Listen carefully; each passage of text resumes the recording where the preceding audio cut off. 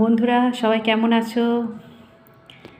আজ আমি এসে গেছি কেক তৈরির একটা সহজ রেসিপি নিয়ে। তো আজ যেটা আমি বানিয়েছি এটা হচ্ছে এগলেস কেক, এবং বাড়িতে এটা খুব সহজেই বানানো যায়। তো আমি যেটা করেছি এটাতে আটা, অল্প আটা দিয়েছি, তার সাথে সুজি 1 কাপ, সুজি 1 কাপ আটা, তার সাথে বেকিং পাউডার 1 টিস্পুন, আর একটু সামান্য সোডা, লবণ,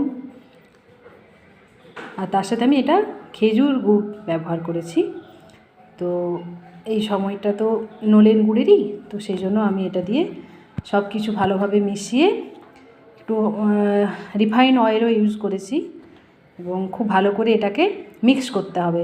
মিক্সটাই এটা কেক তৈরির মানে প্রধান একটা প্রসেস, যেটা আমরা প্রায় আমি এটা 20-25 মিনিট ধরে মিক্স করেছি। প্রথমে 15 মিনিট, তারপরে এটাকে খানিকক্ষণ আধ ঘন্টার মতো ঢাকা দিয়ে আধা ঘন্টার মতো রেখে দিতে হবে। তারপরে আধা ঘন্টা পরে আবার 15 মিনিট ভালো করে মিক্স করে তাতে এই যে ড্রাই ফ্রুটসগুলো একটু বাটিতে একটু অল্প মানে আটার সাথে আটা গুঁড়োর সাথে ওই ড্রাই ফ্রুটসগুলো মিশিয়ে সেগুলো কেকের মধ্যে দিতে হবে।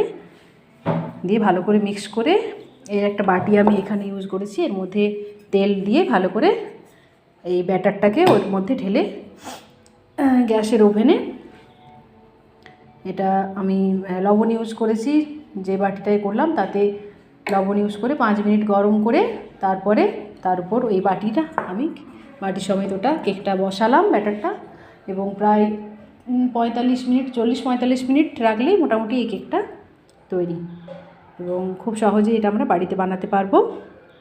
বন্ধুরা, এটা এগলেস কেক তোমরাও ট্রাই করো, খুব ভালো লাগবে।